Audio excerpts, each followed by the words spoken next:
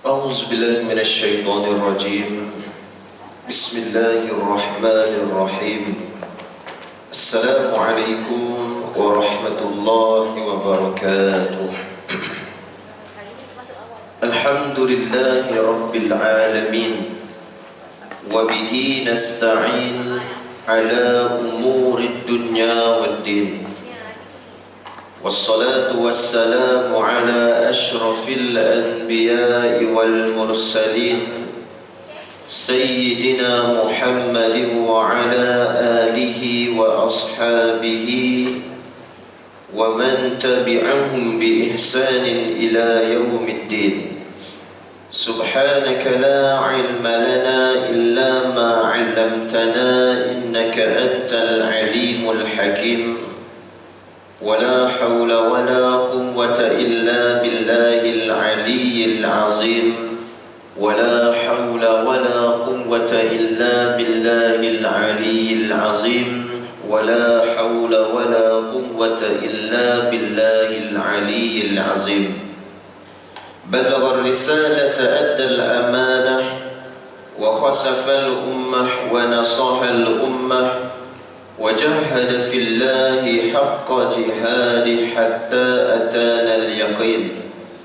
رب يسر ولا تعسر وتمم بالخير يا رب العالمين. أما بعد، قال الله سبحانه وتعالى في القرآن الكريم بعد أعوذ بالله من الشيطان الرجيم. بسم الله الرحمن الرحيم.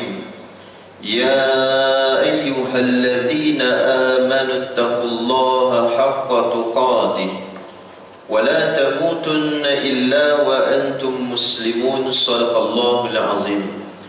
Yang bermaksud, wahai orang-orang yang beriman, bertakwalah kamu kepada Allah dengan sebenar-benarnya takwa, dan janganlah sesekali kamu mati melainkan kamu berada di dalam keadaan Islam. Surah Ali Imran ayat 102.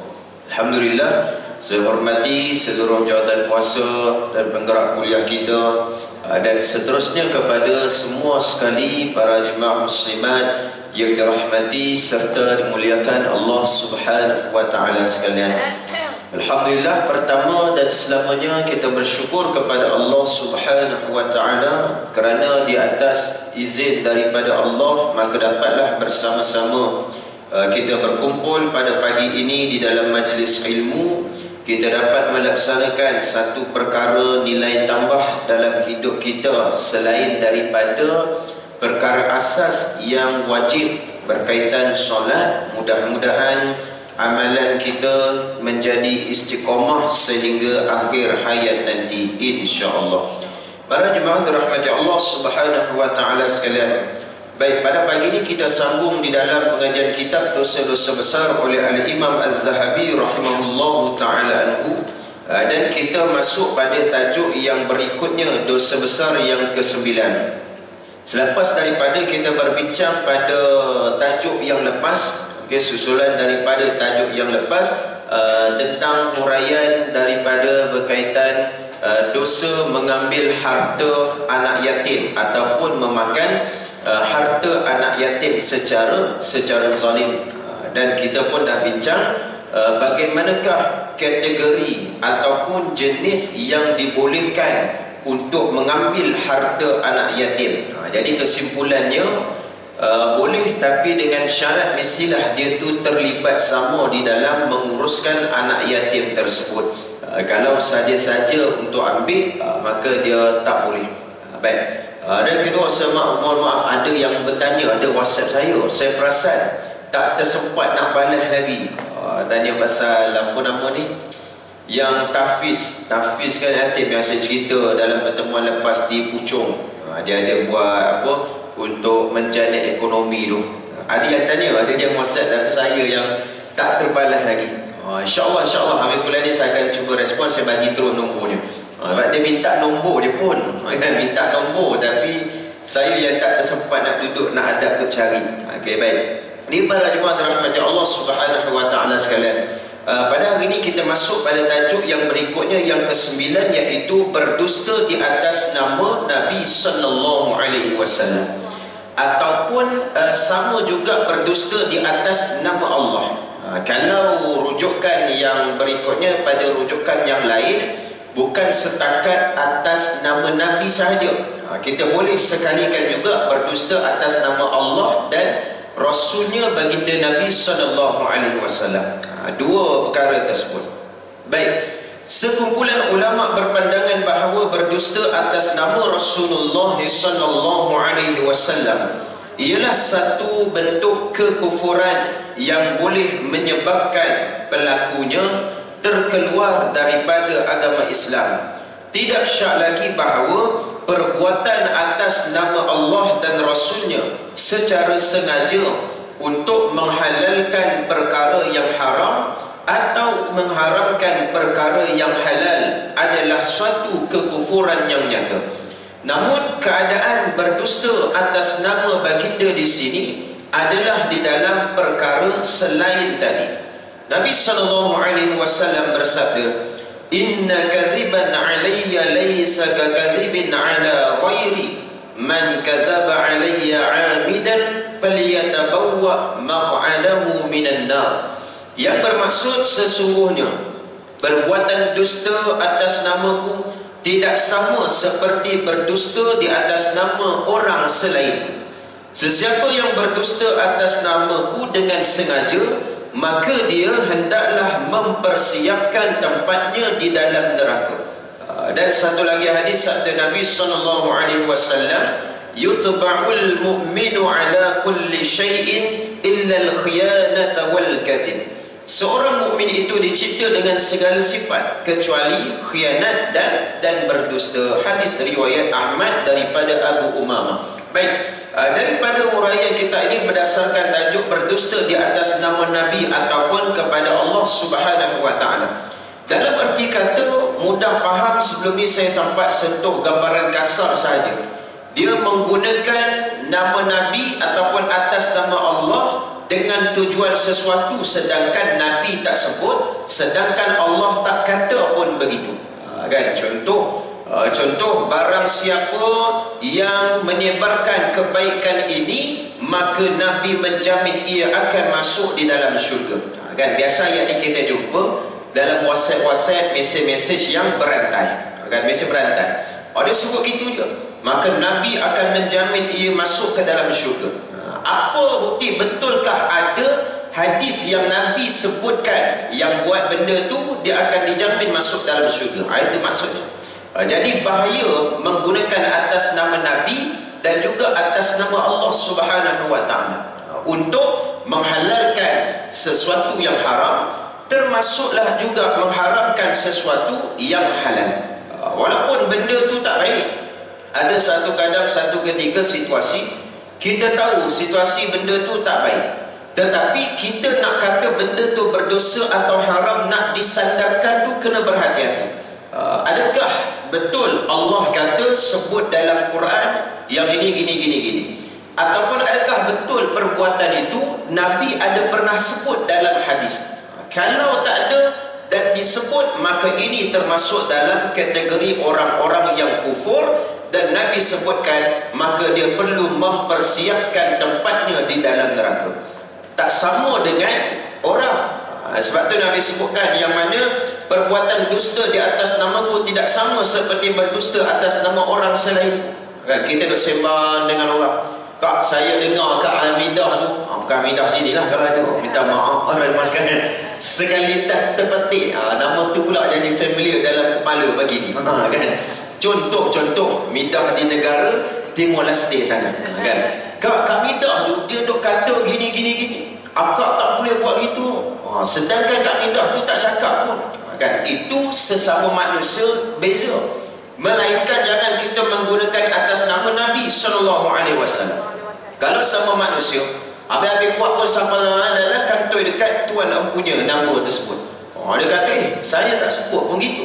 Habis-habis takat pun jumpa, tapi sebenarnya benda tu pun perbuatan yang tak baik juga. Jadi nak sebut, Walaupun yang sedemikian itu pun adalah perbuatan yang tidak baik dan memang berdosa juga, apatah lagi dia menggunakan atas nama Nabi dan menggunakan atas nama Allah Subhanahu wa taala.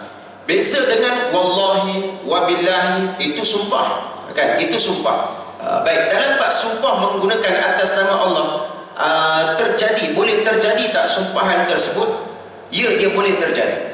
Hanya saja dengan menggunakan atas kalimah Allah Subhanahu wa taala, walaupun berbeza dari sudut bahasa dia, kan? Bahasa ni maknanya perkataan bahasa Arab, ada tu pula sebutan dia bersumpah atas nama Allah, tapi bahasa yang lain, itu diguna pakai dan memang itu boleh terjadi. Sebab itu beza dalam bab sumpahan. Tetapi yang cerita-cerita ni iaitu dia menggunakan atas nama untuk membenarkan sesuatu perkara tersebut.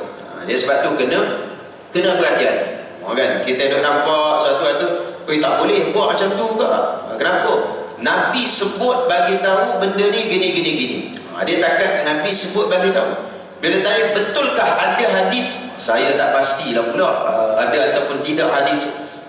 Kata buat gini tak boleh, berdosa. Betulkah Allah kata betul benda ni memang tak dibenarkan di dalam agama?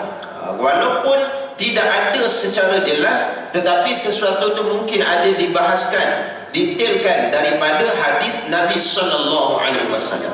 Yang pastinya adalah jangan kita mempergunakan nama Nabi, kita menggunakan atas nama Allah terhadap sesuatu perkara untuk kebaikan ataupun kejahatan yang kita tak tahu ada ataupun tidak.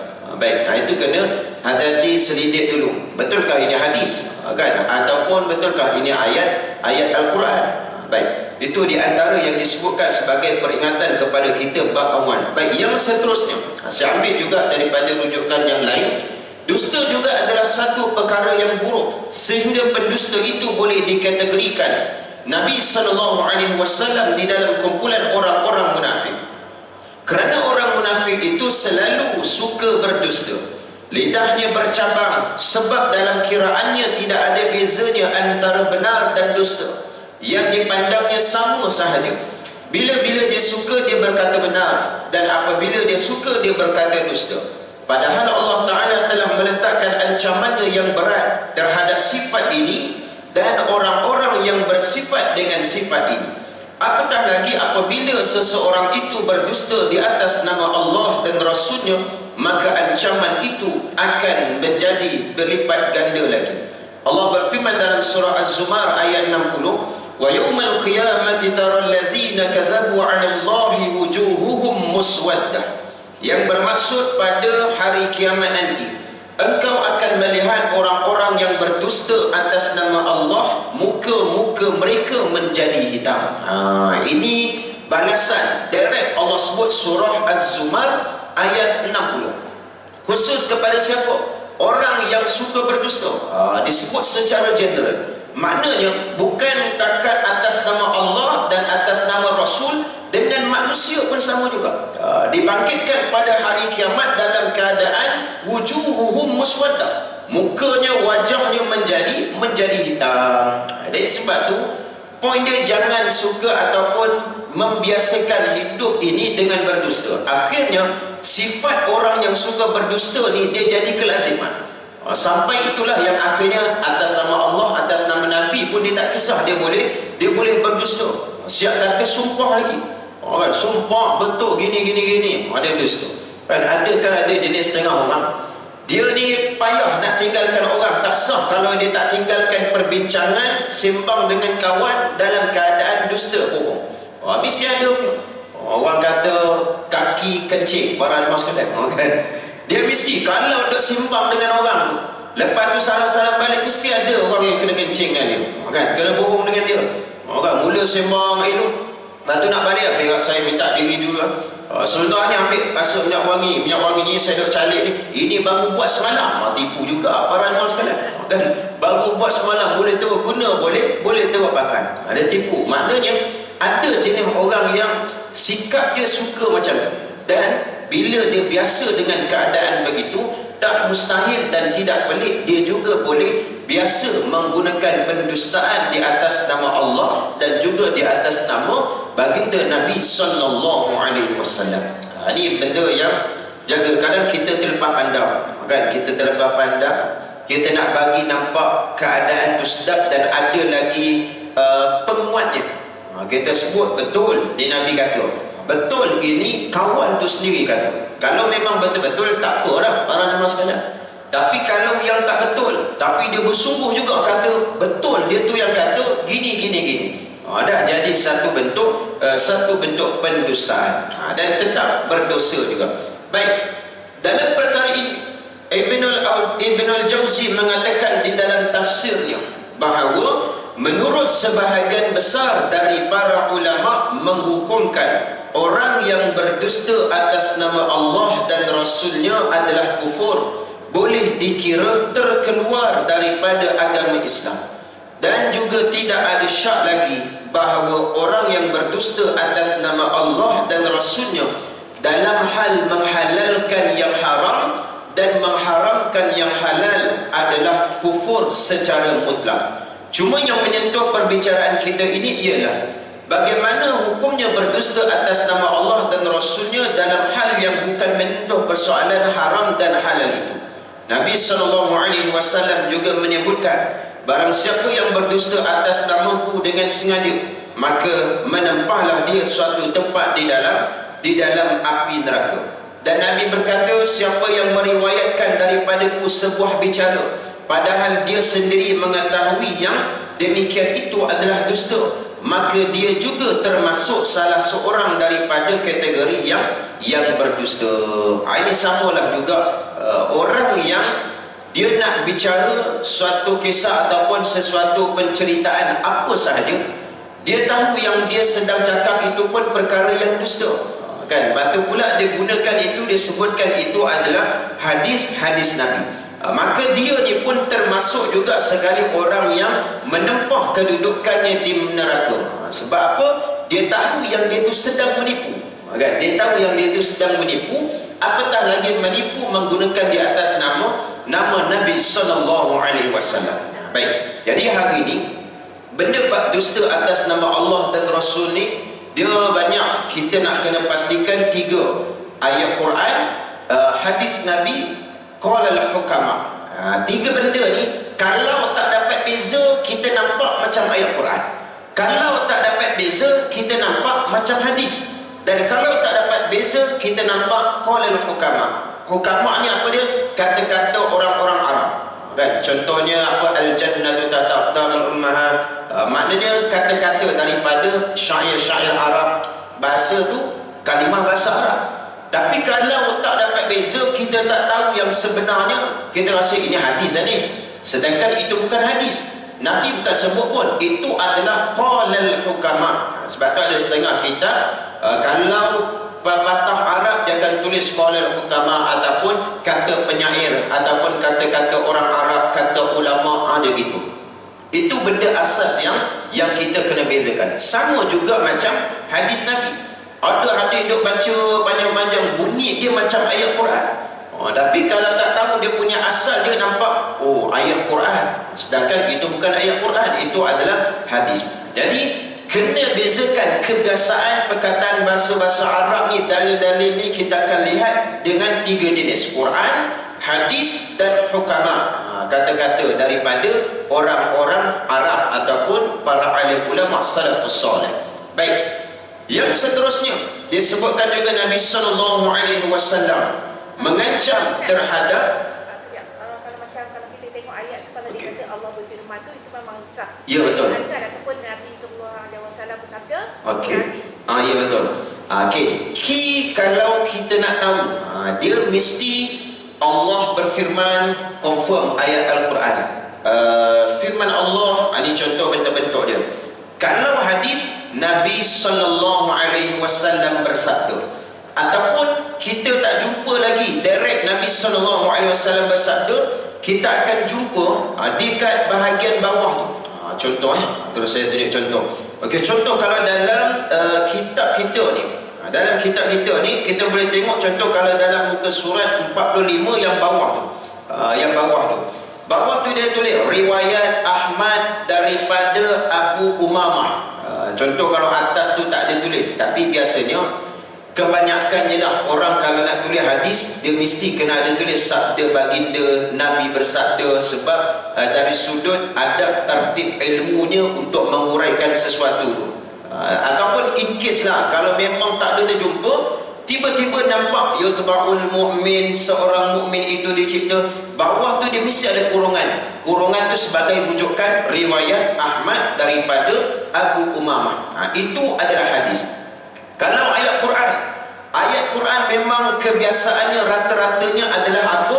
Akan disebutkan sebelum mula ayat itu Allah berfirman yang bermaksud firman Allah Subhanahu wa taala yang berbunyi. Itu confirm ayat Al-Quran. Baik. Kalau selain dari ayat Quran dan selain daripada hadis pun akan ada ditulis pandangan ulama ini menyebutkan, ataupun kata pepatah syair Arab, ataupun kata-kata ulama. Ada misalnya keluar gitu, poin-poin dia. Yang penting bila jumpa saja ayat-ayat macam berkaitan bahasa Arab, tengok sebelum daripada itu. Atas dia tu dia tulis apa, dan dekat bahagian bawah tu rujukan dia macam mana, dekat dalam kurungan. Dia mesti ada. Itu benda yang asas kita nak tahu, itu Quran ke, hadis ke, ataupun pepatah Arab, kata-kata Arab. Itu mudah saja dia punya indeks dia. Baik. Setakat ni tak ada jumpa lagi yang dia tulis Arab, tak ada apa-apa pun rujukan. Kan? Atas tulis daripada apa, rujukan tu pun dah. Setakat ni alhamdulillah memang tak ada lagi dah. Dan kalau ada jumpa pun sebenarnya dia tak boleh diterbitkan buku tersebut dan dia dipersalahkan. Sebab dari sudut susunan itu dia mesti nak kena ada rujukan. Macam orang anak kita buat tesis lah. Buat tesis kan ada rujukan. Setiap satu rujukan tu kadang ada tulis kat ujung nombor kecil 1, ke 2, ke 3. Lepas tu rujukan di bahagian nota kaki bawah atau bahagian belakang. 1 tu maknanya rujukan daripada mana. Nombor 2 tu pula rujukan daripada mana. Gitu maksudnya. Baik. Yang seterusnya pada muka surat 46. Contoh dekat situ sabda baginda lagi. Itu maksudnya hadis. Sabda baginda lagi. Man rawa anni hadisan wa huwa yura annahu kadhib fa huwa ahadul kadhibin. Yang bermaksud sesiapa yang meriwayatkan suatu hadis daripadaku yang dipastikan adalah suatu pendustaan, yakni atas namaku, maka dia salah seorang daripada para pendusta. Riwayat Muslim daripada Samurah bin Jundab dan Al-Mughirah bin Syu'bah. Baik, ini pun samalah juga nak sebutkan sebagai kategori orang pendusta. Ialah apa dia? Dia meriwayatkan hadis daripadaku yang dipastikan adalah satu pendustaan. Baik, maka dia salah seorang daripada pendusta. Maknanya Nabi tak sebut. Sama jugalah poin macam tadi.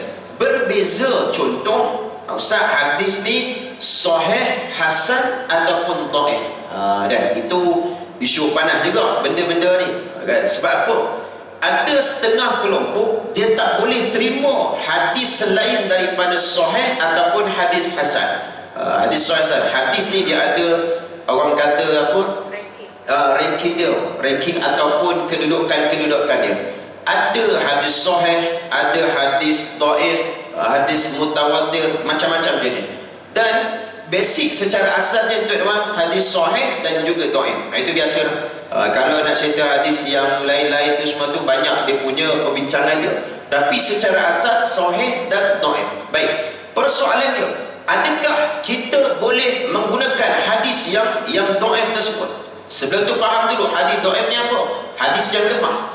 Kenapa sesuatu hadis itu dikatakan dhaif, dikatakan lemah? Sebab mungkin dari sudut periwayatannya itu ada kecacatannya. Kecacatan dekat situ, orang yang meriwayatkan hadis tu cacat tu bukan maksud faham cacat fizikal ni. Tak ada tangan, bukan cacat itu. Maksud kecacatannya adalah mungkin dia yang tulis meriwayatkan hadis tu pada ketika itu samar-samar. Sama-sama mungkin dia ada terlihat Nabi duk buat gini, tapi dalam masa sama ada yang kata pula berbeza pula. Itu dhaif. Kalau hadis hasan ataupun hadis yang sahih, hadis yang memang tepat dan memang betul semuanya. Okey, maksudnya orang yang meriwayatkan hadis tu, memang dia nampak dan memang dia akui dan memang itulah Nabi sendiri lakukan. Itu hadis hasan ataupun hadis sahih. Baik, kita masuk sikit ilmu hadis ni. Baik, jadi bila hadis ni mudah tak apa, jangan sabut sangat. Kan nampak apa ni pula nak faham hadis ni. Sekadar asas ni, benda-benda yang asas. Dan bila kata perawi hadis ni siapa dia? Orang yang meriwayatkan hadis. Bagaimana nak tahu orang meriwayatkan hadis? Kalau kita tengok hadis, kan contoh yang tadi, riwayat Muslim daripada Samurah bin Jundab dan Al-Mughirah bin Syu'bah. Maksudnya kalau dalam bahasa Arab, an Abi Hurairah radhiyallahu anhu anin Nabi sallallahu alaihi wasallam. Maksudnya hadis itu diriwayatkan daripada Abu Hurairah dan daripada Nabi sallallahu alaihi wasallam. Contoh kalau yang ni muka surat 46 ni, daripada riwayat Muslim daripada Samurah bin Jundab dan Al-Mughirah bin Syu'bah. Maknanya first kali Imam Muslim, selepas daripada tu Samurah bin Jundab, dan yang ketiga orang yang meriwayatkannya Al-Mughirah bin Syu'bah. Dia maksud an ni macam yang atas lah. Contohlah kalau kita ni belajar sesuatu, guru kita kan, kita belajar ni daripada kita belajar contoh Syama'il Muhammadiyah. Bila kita belajar Syama'il Muhammadiyah tentang diri Nabi, habis selesai belajar tu kita belajar dengan guru ustaz sekian-sekian, dan habis daripada ustaz sekian tu, daripada ustaz ni ada guru dia, daripada guru dia ada guru dia atas pula lagi, dan ada atas lagi, sampailah betul-betul pada diri Nabi sallallahu alaihi wasallam. Jadi itu orang kata kalau dari sudut keturunan sanad hadis tu, kalau yang belajar kitab sampai habis, yang dapat ijazah sanad kan, kalau siapa yang ada pernah ikuti kelas-kelas, dia akan follow dari awal sampai habis, ada setengah tu dia bagi ijazah sanad. Ijazah sanad ni dekat satu helai, satu muka tu penuh daripada atas sampailah bawah sekali nama kosong, baru tulis nama kita. Sebab apa? Yang atas tu merujuk kepada guru pada guru pada guru pada guru pada guru pada guru pada gurunya. Jadinya kalau contoh kita belajar kitab tu sampai habis, dapat ijazah, dapat sanadnya, kita tulis nama kita, atas semualah guru-guru kita yang lapisan atas tu. Itu contoh dalam kalau dalam belajar kitab. Sama juga kalau macam hadis ni begitu, nak mudah faham orang yang meriwayatkan hadis tersebut. Baik, itu bab perawi, orang yang riwayatkan hadis. Persoalannya, bolehkah kita menggunakan hadis yang dhaif ataupun hadis yang sahih ataupun hasan saja untuk kita nak baca, kita nak amal? Baik, jawapan dia, untuk hadis yang dhaif, hadis yang lemah, kita boleh guna pakai untuk amal, tak ada masalah. Tapi jangan dijadikan itu sebagai hujah, melainkan untuk peringatan benda-benda yang baik. Kan contohlah para jemaah dirahmati Allah, ada hadis yang dhaif setengah tu kata kadang-kadang berkaitan dengan zikir tertentu. Hadis tu adalah dhaif kan, status hadis tu adalah dhaif, dia bukan hadis yang hasan ataupun hadis yang sahih. Tapi ada dalam hadis, maksud dhaif tadi kalau kita ingat balik, ada berlaku kecacatan, mungkin ada banyak pandangan yang lain, dan mungkin yang ni dia tak dapat betul-betul secara tepat. Tetapi adakah hadis itu salah? Dia tak salah. Dia tak salah, dan kita pun tak ada hak kita nak menghukum hadis itu salah dan berdosa. Maknanya kalaulah hari ni kita hukum hadis yang dhaif walaupun dia lemah, kategori itu adalah lemah, kita kata hadis itu salah dan berdosa, siapa kita jauh lebih hebatkah daripada orang yang dalam periwayatan hadis? Kan? Itu masalah kita hari ni.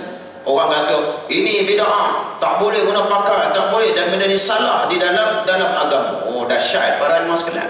Itu bahaya ya. Kadang-kadang bila belajar tinggi ni bagus, tapi bila dari sudut adab, ada ilmu tapi adab pada ilmu tu yang kurang para jemaah sekalian. Jadi bila ilmu banyak, adab dengan ilmu tu pun kena banyak hati-hati juga dan meraihkan para jemaah sekalian. Jadi jawapannya tak ada masalah. Contoh zikir, tahlilan. Contoh kalau hadis hasan sahih itu tak masalah. Memang kita boleh ambil, cuma yang dhaif tak boleh dijadikan hujah. Kita boleh ambil nak buat beramal sebab ada hadis walaupun dhaif, salahkah? Tak jadi masalah. Kan contoh Nabi SAW tidak lakukan tahlil ketika mana berlakunya kematian. Waktu berlaku kematian ada kubur, Nabi tak buat talqin, tak ada baca tahlil pun. Tapi ada hadis yang meriwayatkan, hadis itu yang dhaif, kata dibolehkan, digalakkan kepada kita untuk bertahlil dan talqin kepada jenazah selepas daripada berlakunya kematian tersebut. Jadi dekat sini jadi pertemuan. Boleh ke tak boleh sebenarnya? Adakah kalau kita buat tu jadi berdosa? Jawapannya tak salah para ulama sekalian. Tahlil okey daripada menyanyi. Kan maknanya benda tu ada manfaat. Benda yang ada kebaikan walaupun dia dhaif, walaupun lemah, tapi salahkah kalau kita buat untuk beramal? Tak ada masalah. Okeylah tahlil, baca talqin, dan tahlil talqin itu pun sebenarnya mengingatkan kepada kita yang masih hidup, bukan tujuannya sebenarnya kepada orang yang dah mati. Orang dah mati itu tak boleh buat apa dah. Biasa Tok Imam kata, wahai si fulan bin fulan, maka apabila diserahkan kepadamu, jawablah dengan lidah yang gentar. Nak jawab macam mana kalau ikutkan? Kan? Tapi dia peringatan kepada kita. Bila ditanya tentang siapakah Tuhan kamu, maka jawablah Allah Tuhanku. Jadi kalau ikut sebenarnya pada orang mati, waktu tu tak ada guna dah sebab dia dah mati. Tapi nak bagi tahu pada siapa? Kita yang hidup yang mendengar. Jadi walaupun hadis itu adalah kategori dhaif, tapi dia memberikan manfaat pengajaran kepada kita, tak jadi masalah. Melainkan untuk digunakan sebagai hujah. Hujah tu tak boleh. Jumpa orang ni berdebat, contoh berdebat, kata gitu, kata gini, Nabi berkata, tapi dia menggunakan hadis yang dhaif. Itu kena menggunakan hadis yang hasan ataupun hadis yang sahih. Hadis sahih pun banyak juga. Sunan Sittah, Kutubus Sittah, riwayat Bukhari, Muslim, Abu Dawud, Nasai dan sebagainya. Baik. Jadi itu sebagai perkara yang asas tentang bab hadis, dan kita membezakan ayat Quran macam mana, hadis tu macam mana, dan qala al-hukama, kata-kata Arab ataupun para ulama, para salafus soleh macam mana. Tapi jangan risau, buku-buku kita setakat ni kalau kita baca mesti ada tulis. Kalau tak ada tulis, dia boleh dipersalahkan kerana tiada rujukan dan boleh menjadi kekeliruan kepada masyarakat. Baik. Maka habis bab berkaitan dengan tajuk berdusta atas nama Allah dan juga Nabi sallallahu alaihi wasallam. Baik, kesimpulannya, tidak banyak ayat-ayat Al-Quran dan hadis Nabi yang dibawakan pengarang untuk menghujah atas tabiat suka berdusta ini. Padahal di dalam Al-Quran dan kitab hadis memang banyak bukti dan hujah yang boleh dikutip. Semuanya membawa pengancaman yang berat terhadap orang yang suka berdusta.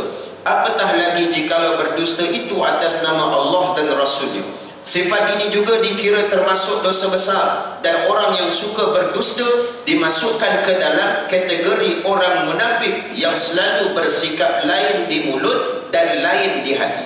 Manusia zaman ini memang banyak yang bersikap seperti itu, meskipun mereka tahu Islam melarang bertabiat seperti itu, kerana kebanyakan mereka terbawa-bawa dengan tabiat bangsa lain yang tidak berpantang larang, boleh bertabiat apa sahaja asalkan senang hati mereka melakukannya.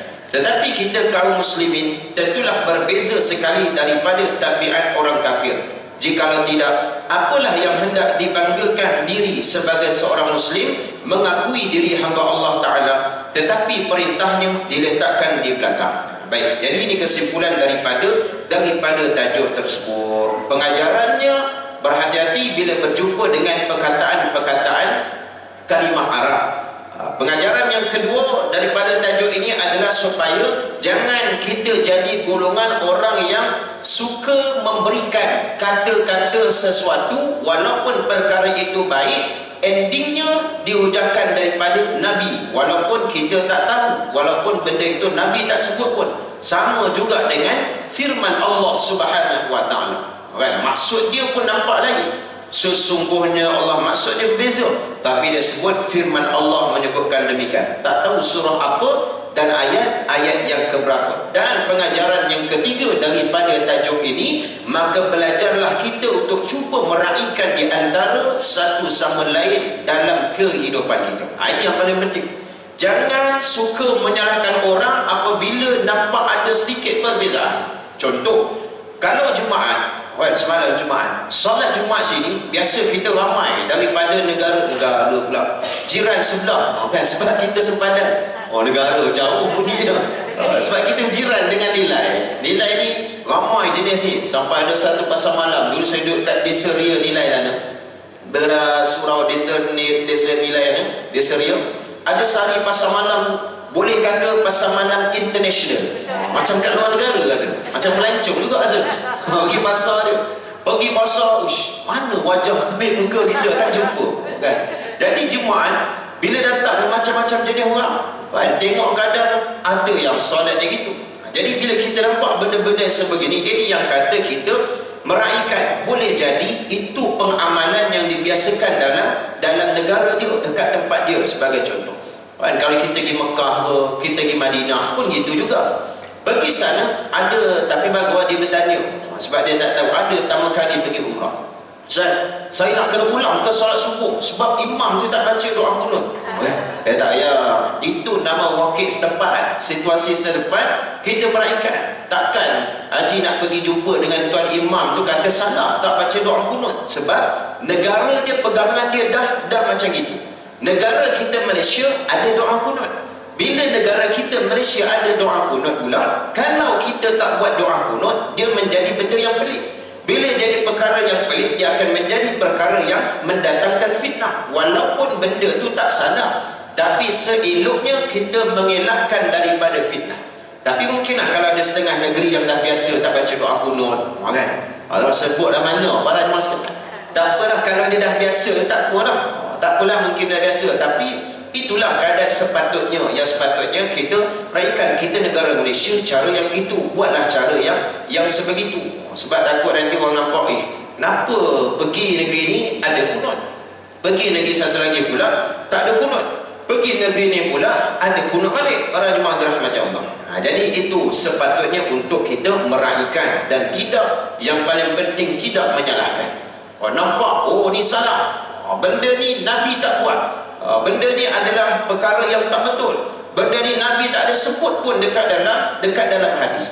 Ini pun salah satu masalah masyarakat kita. Kan, dia kata nampak benda ni kena pula hadis tu Nabi tak ada sebut pun, tapi dia buat juga benda tersebut. Benda ni adalah bid'ah, Nabi tak kata, Nabi tak ada suruh buat pun benda ni, dan hadisnya adalah kategori yang dhaif. Para jemaah dirahmati Allah sekalian. Tapi nak sebutnya benda tu kalau ada kebaikan dan tidak bertentangan dengan agama, tak apa, tak jadi masalah apa pun. Para jemaah dirahmati Allah. Bukan dia buat benda yang bertentangan dengan syariat yang jelas maksiat, dosa. Sekadar perbezaan pandangan, itu saja para jemaah dirahmati Allah. Baik, habis tajuk yang ke-9, maka kita masuk pula tajuk yang ke-10. Yang ke-10 ni adalah tajuk berkaitan dengan membatalkan puasa bulan Ramadan tanpa sebarang keuzuran dan juga rukhsah. Baik, dalam tajuk ini Nabi SAW bersabda dalam hadis riwayat Tirmizi, Abu Daud dan juga daripada Abu Hurairah, man aftara yawman min Ramadan min ghairi uzrin wala rukhsah lam yaqdihi siyamud dahri walau shama. Yang bermaksud, sesiapa yang membatalkan puasa dalam bulan Ramadan tanpa sebarang keuzuran ataupun rukhsah, puasa setahun penuh, yakni yang dikerjakan, tetap tidak mampu menggantikannya walaupun dia melakukannya. Itu di bawah. Namun hadis ini tidak sahih. Dia bagi tahu, maknanya bagus bila ada yang terus tulis itu supaya beringat, tidak dijadikan itu sebagai hujah. Tapi untuk ambil pengajaran kebaikan boleh tak? Boleh, tak jadi masalah. Sebab apa? Untuk kita nak menjaga siapa yang batalkan puasa dalam bulan Ramadan tanpa sebarang uzur dan rukhsah, puasa setahun penuh tetap tidak mampu menggantikannya walaupun dia melakukannya. Maknanya hadis ni walaupun dia kata tak sahih, dia dhaif, tapi nak bagi tahu tentang hebatnya Ramadan tu begitu sekali. Kan? Nak bagi tahu kelebihan Ramadan tu berkaitan, kalau dia tak puasa maka nak ganti dengan setahun pun tak boleh menyamai dengan Ramadan yang sebulan tu, kelebihannya. Itu sekadar untuk kita ambil manfaat kelebihan. So tak adalah tak jadi masalah pun. Kan kata, tak boleh baca hadis ni Ustaz. Tak boleh guna pakai dan sebagainya. Sebab kalau tengok tu riwayat ni, siapa dengan kita nak beza? Riwayat Tirmizi, Abu Dawud, Abu Hurairah yang menghafal banyak ribuan ratusan hadis berbanding dengan kita ni para jemaah dirahmati Allah. Baik. Yang seterusnya baginda sallallahu alaihi wasallam bersabda lagi. Baik, saya baru teringat bila berkaitan dengan hadis tadi, hukum terhadap bacaan Quran, hadis dan juga hukama Arab. Dia tak semua sama macam Quran, berdosa kalau tak ikut panjang pendek. Sebab benda ni pun ada jadi persoalan. Saya baca hadis tu, tapi dengar bacaan dia tu tak ikut dia punya panjang pendek. Adakah berdosa ataupun tidak? Tidak. Hadis dengan kata-kata hukama Arab tak jadi masalah. Dia tak sama hukum dengan Quran. Quran yang berdosa, yang salah kalau yang panjang dipendekkan, yang pendek dipanjangkan. Jadi kalau hadis ke ataupun pandangan ulama ataupun hukama Arab, itu tak jadi masalah. Kan contoh terbaca pendek pula, terbaca panjang lah. Sebab itu adalah kata-kata dan bukan firman Allah Subhanahu wa taala, melainkan contoh dalam hadis dimasukkan ayat Quran. Kan Nabi bersabda sekian sebagaimana Allah berfirman ada ayat Quran. Itu ayat Quran tu diletakkan dalam hadis, fokus ayat Quran itu yang kena jaga. Itu maksudnya dari sudut hukum cara bacaan. Kalau dalam doa, baik. Ya. Doa ayat Quran tapi kita baca dalam doa solat tu kan? Ya betul. Doa ayat Quran pun sama juga. Doa daripada ayat Quran memang kena bacaan dia punya ikut sebutan dia. Maksudnya panjang pendek dia pun. Ya betul, dia sebab dia daripada ayat Al-Quran. Daripada ayat Quran. Melainkan ada doa tu yang memang kita bacalah, pengamalan daripada Nabi, kita pun baca doa sebuah tu tak ada masalah. Contoh Rabbana hablana min azwajina, ayat Quran. Rabbana atina fid dunya hasanah pun ayat Al-Quran juga. Wa fil akhirati hasanah wa qina azabannar pun itu ayat daripada ayat Quran. Melainkan contoh doa yang lain daripada Nabi, Allahumma inna nas'aluka ridhaka wal jannah wa na'udzubika min sakhatika wan nar. Itu tak ada masalah. Tapi yang sebaiknya kita cubalah untuk jaga bacaan tersebut supaya nak mengelakkan daripada orang kata fitnah ni, yang orang kata nampak panjang pendek habis tak betul dan sebagainya. Jadi itu asasnya adalah rujuk kepada ayat Al-Quran. Baik. Yang seterusnya baginda Nabi SAW bersabda lagi, as-salawatul khams wal jumu'atu ila al-jumu'ah wa ramadhanu ila ramadan kafaratun lima bainahunna majtunibatil kaba'ir.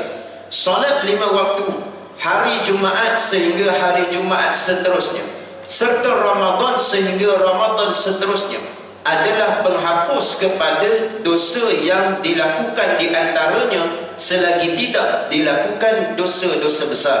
Hadis riwayat Muslim daripada Abu Hurairah. Baik, jadi hadis yang ini juga nak menceritakan tentang kelebihan Ramadan sehingga Ramadan seterusnya itu akan dihapuskan dosa bagi orang-orang yang melakukannya. Puasa Ramadan bulan tersebut pada tahun 2023. Orang yang berpuasa pada tahun itu dan bulan tersebut sehinggalah Ramadan tahun yang akan datang diampunkan dosanya selagi mana tidak melakukan dengan dosa-dosa besar.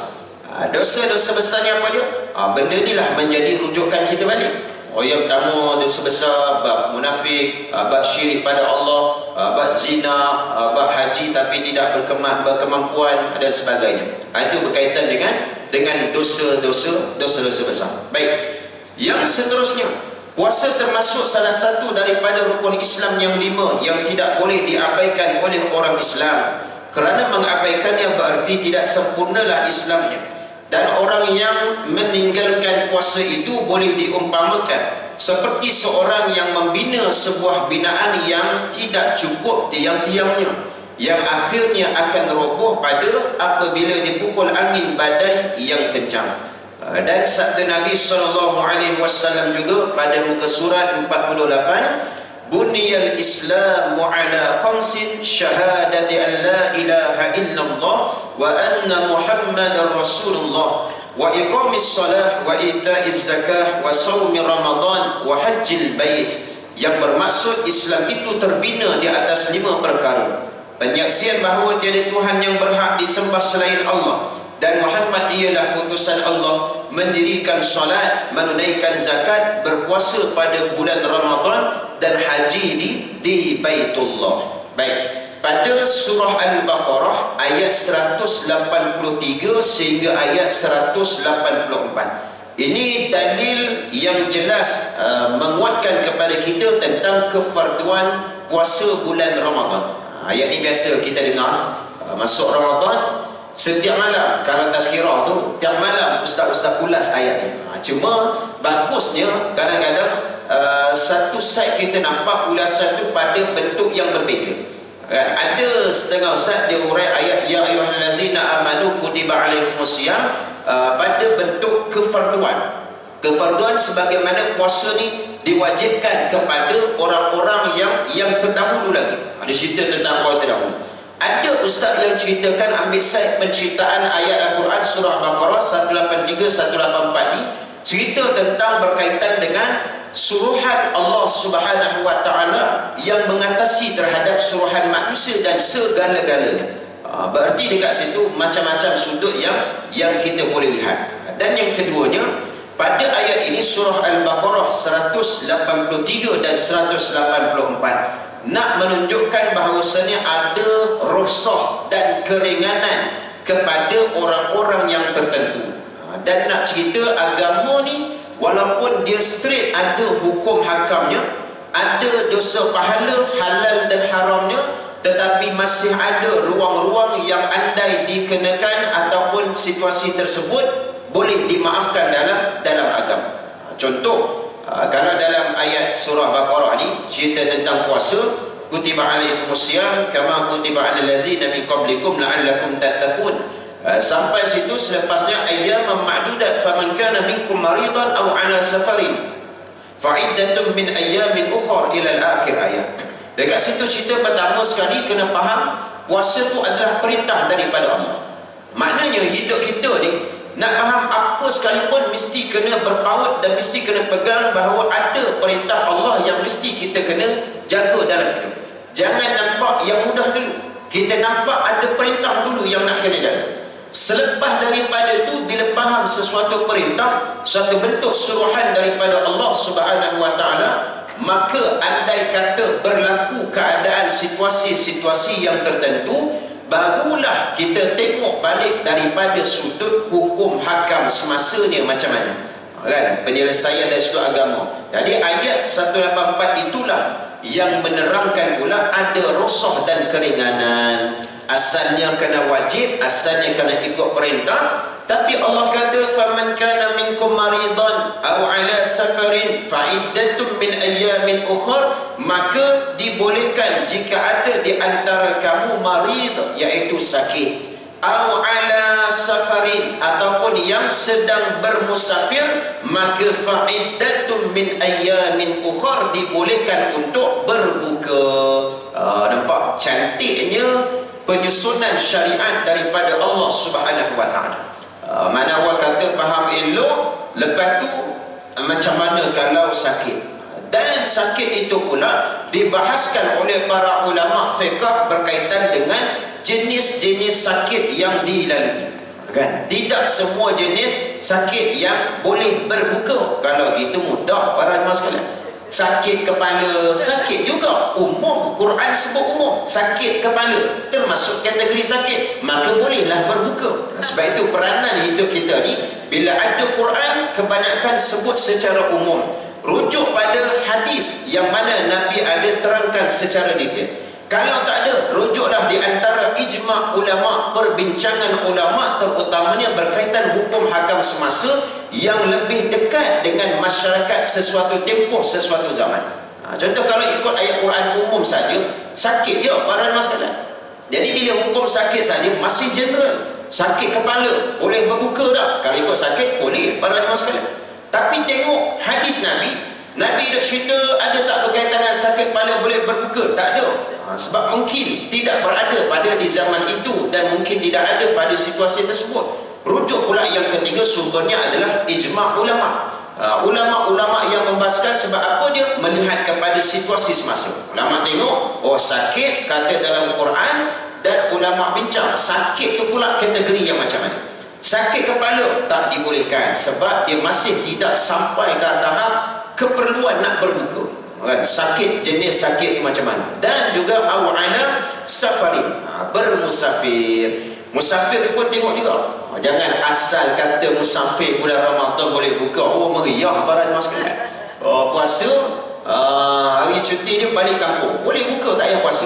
Tujuan nak berbuka puasa kat kampung, tapi sebab kampung tu jauh tak berbuka puasa kat kampung pun. Buka atas jalan dah. Jadi apa makna nak balik kampung buka puasa para jemaah dirahmati Allah. Jadi tengoklah pada keadaan. Musafir tu ada keperluan-keperluan yang dibolehkan untuk berbuka puasa. Baik, itu ayat Quran pada surah Al-Baqarah ayat 183 dan juga 184. Baik, yang seterusnya, hadis ini adalah berstatus sahih. Silap muka surat 48 yang bawah. Diriwayatkan daripada Hamad bin Zaid, daripada Amr bin Malik al-Bukri, daripada Abu al-Jawza, daripada Ibnu Abbas katanya, Ural Islam wa qawaidud din salasa, syahadatu an la ilaha illallah wassalah wa sawmu Ramadan, faman taraka wahidatan minhunna fahuwa kafir, wa najidu katsiral mal wa lam yahujja wa lam yuzakki wa la yahillu damu. Yang bermaksud asas bagi Islam dan pasak kepada agama ada 3 perkara: penyaksian bahawa tiada Tuhan selain Allah, solat dan puasa pada bulan Ramadan. Sesiapa yang meninggalkan salah satu daripadanya maka dia menjadi kafir. Yakni kata Ibnu Abbas, kami mendapati ada orang yang memiliki banyak harta tetapi tidak menunaikan haji dan tidak berzakat, namun darahnya tidak menjadi halal, yakni maksudnya tidak sampai dibunuh. Hadis riwayat Abu Ya'la al-Musli daripada Ibnu Abbas, dan ia berstatus sahih, dan boleh diguna pakai apatah lagi untuk mengambil manfaat. Yang disebutkan asas kepada agama ini diikat, walaupun asalnya 5. Dalam 5 ada yang lebih menjadi tunggak daripada 5 itu. Antaranya adalah 3 perkara, iaitu tentang syahadah, yang kedua tentang solat, dan yang ketiga berkaitan dengan puasa di dalam bulan Ramadan. Siapa yang tinggal salah satu daripada ini, dia menjadi kafir. Dan ini hadis yang disebutkan demikian. Bila sebut siapa yang meninggalkan ini, bermaksud juga melihat kepada keadaan situasi, terutamanya dimaafkan bagi orang-orang yang tertentu. Orang tertentu ni siapa dia? Contoh kalau tak puasa tu sebab sakit dia yang teruk, itu tidaklah termasuk, sebab dia dah merujuk juga di dalam perbincangan hukum hakam semasa dari sudut ijma' ulama. Baik, jadi itu. Tapi yang tinggal dengan sengaja ni memang jelas. Dia ikut rasa macam rajin puasa, rasa malas nak puasa, rasa awal-awal pagi dah lapar, tak payah puasa. Ikut suka dia saja, rasa nak buat, tak nak buat pun tak apa. Sama juga macam solat. Rasa rajin nak solat lah. Tiba kalau rasa malas, tak payah solat. Jadi sebab apa? Sebab itu perintah Allah. Bila perintah Allah, kita tidak ada hak nak memilih, nak ataupun tak nak, suka ataupun tak suka, wajib kena buat. Macam kita memiliki sesuatu, hak milik kita. Orang nak buat sesuatu pada apa yang menjadi hak milik kita, mana boleh. Dia ikut suka dia nak buat, sebab apa? Benda tu adalah hak milik kita, maka kita kena ikutlah sesuatu yang menjadi hak milik pemilik tersebut. Baik, yang seterusnya pada hadis Nabi SAW bersabda, insyaAllah kita habiskan dalam hadis yang berikutnya ini. Man lam yada' qawla zur wal amal bihi wal jahla wa fala hajata lillah bi an yada'a at-ta'ama wasyarab. Sesiapa yang tidak meninggalkan ucapan dusta, beramal dengannya serta kejahilan, yakni pelakuan maksiat oleh orang jahil, maka Allah tidak berhajat kepada perbuatannya yang meninggalkan makan dan minum, yakni puasanya. Dan hadis ini juga adalah berstatus sahih. Baik, daripada hadis ini nak menunjukkan Allah tidak berkehendak kepada kita sebagai manusia Allah tak rugi andai manusia tersebut tidak melakukan puasa Ramadan. Allah tak rugi andai seseorang hamba-Nya itu tidak menjaga perintah Allah Subhanahu wa taala. Tetapi kita yang berkehendak kepada Allah Subhanahu wa taala, dan kita yang memerlukan Allah, kita yang kena jaga perintah Allah untuk apa? Manfaat dunia dan kebaikan di hari akhirat, dan untuk kebaikan di alam barzakh. Jangan ada setengah duk faham, kalau aku tak buat ni Allah akan rugi. Allah tak rugi apa-apa. Kamu tak nak ibadat, kamu tak nak puasa, tak apalah, aku tidak rugi walaupun sedikit. Kerana apa? Aku hanya sekadar memberi, dan kena ingat satu ketika nanti hari pembalasan itulah yang menjadi keutamaan, akan dinilai balik semula terhadap apa yang kamu buat, apa yang kamu tidak lakukan dalam kehidupan. Itu sifat dia dalam hidup ni. Bila nak buat sesuatu, fikir kerugian itu adalah pada diri kita. Allah tak rugi walaupun sedikit. Baik, yang terakhir diriwayatkan daripada Nabi sallallahu alaihi wasallam. Baginda bersabda, "Rahima anfu mri'in adraka syahra Ramadan falam yughfar lahu." Yang bermaksud, malanglah bagi orang yang sempat melalui bulan Ramadan tetapi dia tidak diampunkan dosa dia. Riwayat At-Tirmizi daripada Abu Hurairah. Menjadi satu kesepakatan di sisi ulama bahawa sesiapa yang tidak puasa pada bulan Ramadan tanpa sebarang penyakit atau sebarang sebab, maka dia lebih teruk daripada penzina, pengutip cukai dan penagih arak. Bahkan mereka meragui keislamannya dan menganggap perbuatan tersebut termasuk daripada zindik dan terkeluar daripada Islam. Na'udzubillah min dzalik. Jadi Pak kat sini nak sebutkan, pertama sekali daripada hadis tadi, nak sebut rugi orang masuk Ramadan tapi tak diampunkan dosa. Ada soalan tanya, Ustaz, macam mana kita nak tahu dalam Ramadan itu Allah ampunkan dosa kita? Dalam Ramadan itu memberikan kesan kepada diri kita. Jawapannya apa dia? Di saat penghujung Ramadan, keluar daripada bulan Ramadan, adakah beberapa perkara yang kita lakukan dalam Ramadan boleh dikekalkan bawa sehingga luar Ramadan ataupun tak ada langsung? Berkurang tu standard biasalah para jemaah sekalian. Kalau contoh Ramadan, tiap hari sehari tu kita boleh habis 1 juzuk, kan, Quran contoh. Keluar daripada Ramadan, nak dapat sejuzuk sehari, dia ibarat satu benda yang berat para jemaah sekalian. Nak dapat 1 juzuk 1 hari. Sebab apa? Tolak dengan masa makan. Sebab Ramadan benda tu semua tak ada dah. Itu yang full time, masa banyak benda boleh buat para jemaah dirahmati Allah. Tapi berkurang keluar Ramadan standard, tapi jangan kata sampai tak ada langsung para jemaah sekalian. Ramadan ni keluar Ramadan, habis segala-galanya daripada Ramadan tu, tak ada apa para jemaah dirahmati Allah. Itu salah satu pengukur yang dekat kepada kita, adakah Ramadan itu berjaya membentuk diri kita. Dari sudut pengampunan Allah Subhanahu wa taala, benda ni kita payah nak nilai. Sebab kita tak nampak para jemaah sekalian. Tapi cukuplah sekadar kita boleh kirakan daripada Ramadan bagaimana kita boleh dekat dengan Allah untuk memperbanyakkan istighfar, memperbanyakkan taubat, dan keluar daripada Ramadan, adakah tindakan yang sama kita boleh lakukan ataupun tak ada langsung. Berkurang tak apa, at least ada, jangan terus tak ada para jemaah sekalian.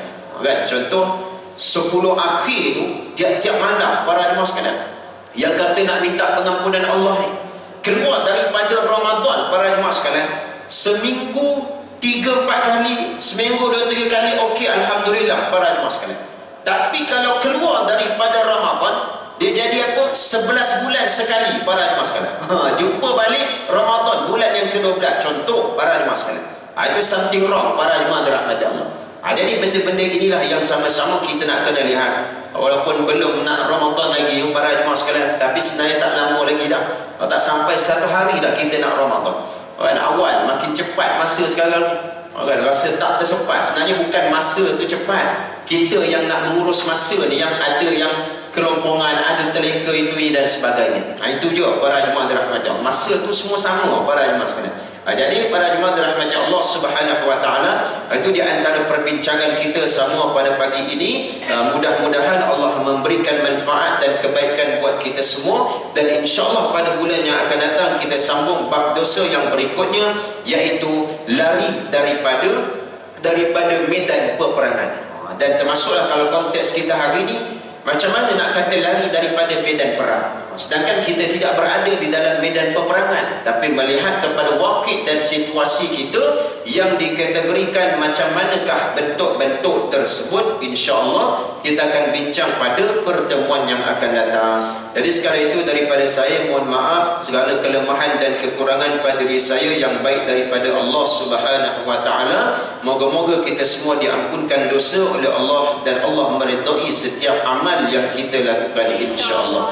A'udzu billahi minasyaitonir rajim. Bismillahirrahmanirrahim. Alhamdulillahirabbil alamin, wassalatu wassalamu ala asyrafil anbiya'i wal mursalin wa ala alihi washabbihi ajma'in. Allahumma ij'al jam'ana hadza jam'an marhuma wa tafarruqana min ba'dihi tafarruqan ma'suma wa la taj'al lahumma fina wa la ma'ana wa la man yatba'una syaqiyyan wa la matrudan wa la mahruma. Rabbana atina fid dunya hasanah wa fil akhirati hasanah wa qina adzaban nar.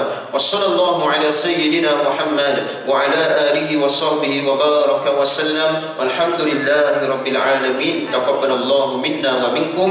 السلام عليكم ورحمة الله وبركاته.